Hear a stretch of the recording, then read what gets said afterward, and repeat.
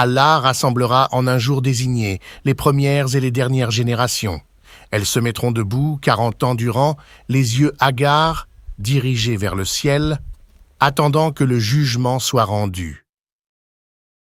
Allah descendra dans les nuages du Kursi, chaises, sièges, d'une façon qui n'est connue que par Allah, et on entendra un appel « Ô homme, acceptez-vous de la part de votre Seigneur qui vous a créé, doté de biens et vous a ordonné de l'adorer et de ne rien lui associer, que chacun de vous suive ce qu'il adorait dans la vie antérieure ?»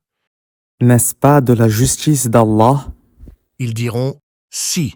Chaque communauté se dirigera vers son idole. On leur présentera toutes les idoles qu'ils adoraient. Il y en aura qui se dirigeront vers le soleil, d'autres vers la lune, d'autres vers les pierres. Pour ceux qui adoraient Jésus, le démon qui était affecté à Jésus leur sera présenté. Ceux qui adoraient Uzayr, le démon de Uzayr, leur sera présenté. Muhammad et sa nation attendront. Allah se présentera et leur dira « Pourquoi n'êtes-vous pas partis comme les autres gens ?» Ils diront « Nous n'avons qu'Allah et nous ne l'avons pas encore vu. » Il dira « Est-ce que vous le reconnaîtriez si vous le voyiez ?» Ils diront « Il y a entre nous et lui un signe, on pourra l'y reconnaître. » Il dira « Lequel ?» Ils diront qu'il découvre sa jambe. À ce moment, il découvrira sa jambe. Et voilà que même les polythéistes se prosterneront, à l'exception des gens ayant des dos semblables aux cornes des vaches. Ils voudront se prosterner, mais ne le pourront pas alors qu'on les invitait à la prosternation pendant qu'ils étaient vivants. Allah dira ensuite aux croyants « Levez vos têtes » et il leur attribuera leur lumière en fonction de leurs œuvres. Il y en aura qui recevront leur lumière comme une montagne géante entre leurs mains. Certains en recevront moins. Quant à certains, ils n'en recevront que l'équivalent d'un palmier dattier et certains d'entre eux encore moins, jusqu'à ce que le dernier d'entre eux n'en recevra qu'un tout petit bout sur l'orteil qui tantôt s'allumera, tantôt s'éteindra.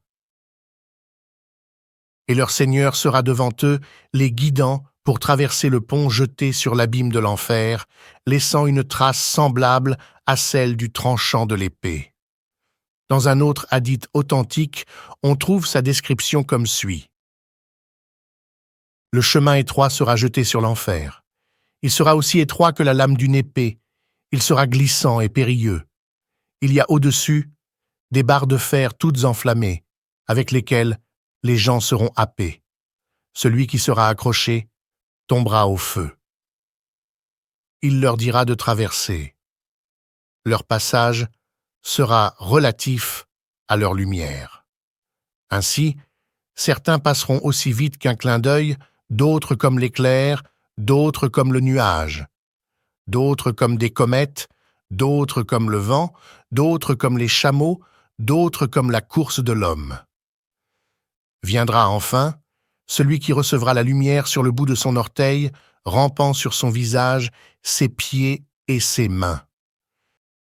Ses flancs seront touchés par le feu, mais il continuera à se traîner jusqu'à ce qu'il soit sauf. Là, il se mettra debout au bord de l'enfer et dira « Qu'Allah soit loué pour m'avoir accordé ce qu'il n'a accordé à personne en me délivrant de l'enfer après l'avoir vu de mes propres yeux. » On l'emmènera vers une source à la porte du paradis pour se laver. Il acquérera l'odeur des élus du paradis ainsi que leur mine. À travers une fente, dans la porte du paradis, il observera ce qu'il y aura au paradis.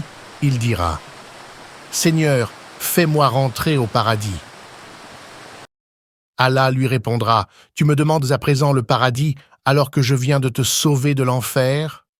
Il dira « Seigneur, mets entre lui, l'enfer, et moi, un voile afin que je n'entende plus son bouillonnement. » Il sera alors introduit, par la clémence d'Allah, au paradis, et il verra devant lui une demeure si somptueuse qu'il se sentira comme dans un rêve, et il dira « Seigneur, donne-moi cette demeure. » Allah lui dira, « N'en demanderas-tu donc pas une autre si je te donne celle-ci » Il dira, « Non, je le jure par ta puissance, je n'en demanderai pas d'autre. Et puis, y a-t-il une demeure meilleure que celle-ci » Alors il la lui donnera, et il s'y installera. Puis il verra devant sa demeure une autre demeure qui paraît comme un rêve par rapport à celle qu'il occupe. Il dira alors, « Seigneur, donne-moi cette maison. » Allah lui dira, « Peut-être en demanderas-tu une autre, si je te donne celle-ci » Il dira, « Non, par ta toute-puissance, je n'en demanderai pas d'autre. D'ailleurs, quelle maison pourrait être meilleure que celle-ci » Il la lui accordera et il s'y installera. Ensuite, il gardera le silence. Alors Allah, exalté soit-il, lui dira, « Pourquoi ne me demandes-tu rien » Il dira, « Seigneur, je vous ai demandé tellement de choses que j'en suis embarrassé. » Allah lui dira, « Seras-tu satisfait si je te donnais l'équivalent des biens du bas monde depuis que je l'ai créé, jusqu'à ce que je l'ai anéanti et 10 fois plus ?» Il dira, « Tu te moques de moi alors que tu es le Seigneur de la Toute-Puissance ?» Son Seigneur lui accordera alors ce qu'il lui a dit. Dans une version, Allah exalté soit-il dira, « Non, j'en suis capable. » L'homme demandera, « Permets-moi de rejoindre les élus du paradis. » Allah le lui permettra. Il s'en ira, pressant le pas dans le paradis. Avant d'atteindre les gens, un palais de perles se dressera devant lui. Il se jettera aussitôt prosterné par terre. On lui dira, « Lève-toi, qu'as-tu donc » Il dira, « J'ai vu mon Seigneur. » On lui dira, « Ce n'était qu'une de tes demeures. » Il trouvera ensuite un homme pour lequel il s'apprêtera à se prosterner lorsque celui-ci lui dira, « Je ne suis qu'un de vos trésoriers et servants. 1000 autres qui me ressemblent sont sous mes ordres, tous à votre service. » Le gardien le devancera pour lui ouvrir la porte du palais. Ce sera un palais creusé dans une perle dont les plafonds, les portes, les serrures et les clés sont tous faits de perles. Face à l'entrée se trouvera une pierre précieuse de couleur verte, au creux de laquelle se trouvera une autre rouge, comportant 70 portes qui mèneront chacune à une chambre de couleur en pierre précieuse verte, dont chacune mènera à son tour à une autre chambre, aux couleurs différentes d'entre elles les unes des autres. Chacune de ces chambres contiendront des lits, des épouses et des servantes. La moindre de celles-ci sera une hourie vêtue de 70 habits. Leur moelle sera visible à travers leur chair, leurs os et même leurs habits. Leurs cœurs seront des miroirs pour elle et réciproquement.